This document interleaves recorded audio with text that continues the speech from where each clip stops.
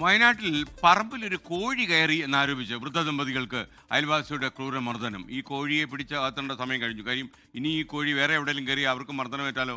Kambalakkad ചൂണ്ടക്കര Ottaplackal Lancy Thomas Ammini ദമ്പതികളുടെ കൈകൾ തല്ലിയൊടിച്ചു. കോഴി കയറിയനാണ് കേട്ടോ. അയൽവാസിയായ തോമസ് വൈദ്യർ മർദ്ദിച്ചെന്നാണ് പരാതി. ഒരു കോഴിക്ക് വേണ്ടി കോഴി അവൻ്റെ മുറ്റത്ത് കയറിയെന്നും പറഞ്ഞിട്ടാണ് ഒരു കാരണം.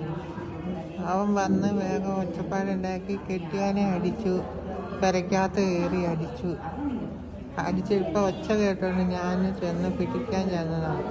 ചേട്ടൻ്റെ കൈ സുഖമില്ലാത്ത ഇരിക്കുന്ന മനുഷ്യനാണ്. അതിൻ്റെ കൈയും രണ്ടും തല്ലി പിടിച്ചു.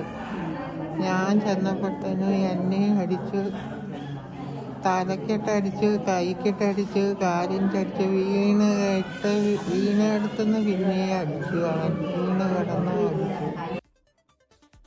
കോഴിയെ വിദ്യാഭ്യാസം ചെയ്ത് വീടിൻ്റെയും പറമ്പിൻ്റെയും ഒക്കെ അതിരുകളൊക്കെ പറഞ്ഞു കൊടുക്കേണ്ട സമയം കഴിഞ്ഞു. നമ്മുടെ നാട്ടിൽ സുർജിത്ത് അയ്യപ്പത്ത് വയനാട്ടിൽ നിന്ന് ചേരുന്നു. പറയൂ സുർജിത്ത്.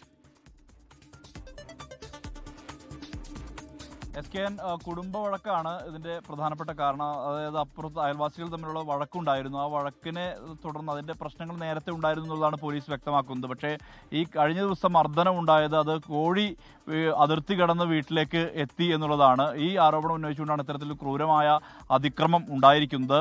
കമ്പളക്കാട് ചുണ്ടക്കര ഒറ്റപ്ലാക്കൽ ലാൻസി തോമസ് എന്ന 63-കാരനും ഭാര്യ അമ്മിണിക്കും 60 വയസ്സാണ് അവരുടെ പ്രായം.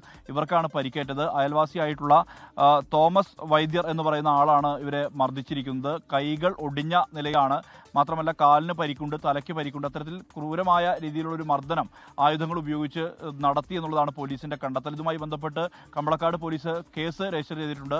കോഴി വീടിനകത്തേക്ക് കയറിയതിനെ തുടർന്ന് ഉണ്ടായിട്ടുള്ള ആ ഒരു പ്രകോപനമാണ് ഇത്തരത്തിലൊരു ആക്രമണത്തിലേക്ക് എത്തിയത് എന്നുള്ളതാണ് അറിയാൻ കഴിയുന്ന കാര്യം. എന്തായാലും ഇതുമായി ബന്ധപ്പെട്ട് ഈ മർദ്ദനമേറ്റ ഈ ദമ്പതികളെ മാനന്തവാടി മെഡിക്കൽ കോളേജിലേക്ക് മാറ്റിയിരിക്കുകയാണ്.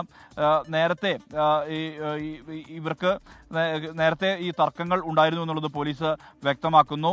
ഇതുമായി ബന്ധപ്പെട്ട് നേരത്തെ ഈ ലാൻസിന് നേരത്തെ മർദ്ദനം ഏറ്റിട്ടുണ്ട് എന്നുള്ളതാണ് പറയുന്നത്. പക്ഷേ ഈ കേസ് താൻ അറിയാതെ ഒത്തുതീർപ്പാക്കുന്ന വിധത്തിലേക്ക് കാര്യങ്ങൾ മാറിയെന്നും ലാൻസ് വ്യക്തമാക്കുന്നുണ്ട്. എന്തായാലും ഇതിന്റെ തുടർച്ചയായാണ് ഇത്തരത്തിൽ ഒരു അതിക്രമം ഉണ്ടായിരിക്കുന്നത്. സംഭവത്തിൽ മർദ്ദനമടക്കമുള്ള ആയുധം ഉപയോഗിച്ചുള്ള ആക്രമണം അടക്കമുള്ള വകുപ്പുകൾ പ്രകാരം BNSന്റെ വിവിധ വകുപ്പുകൾ പ്രകാരം ഇപ്പോൾ പോലീസ് കേസ് രജിസ്റ്റർ ചെയ്തിട്ടുണ്ട്. SKN ലോകത്തെവിടെയായാലും ഏത് സമയത്തും 24 വാർത്തകളും ഓഗ്മെന്റഡ് റിയാലിറ്റി പാക്കേജുകളും എക്സ്പ്ലെയിനറുകളും വിശദമായി കാണാൻ ഞങ്ങളുടെ YouTube ചാനൽ നിങ്ങൾക്ക് സബ്സ്ക്രൈബ് ചെയ്യാം.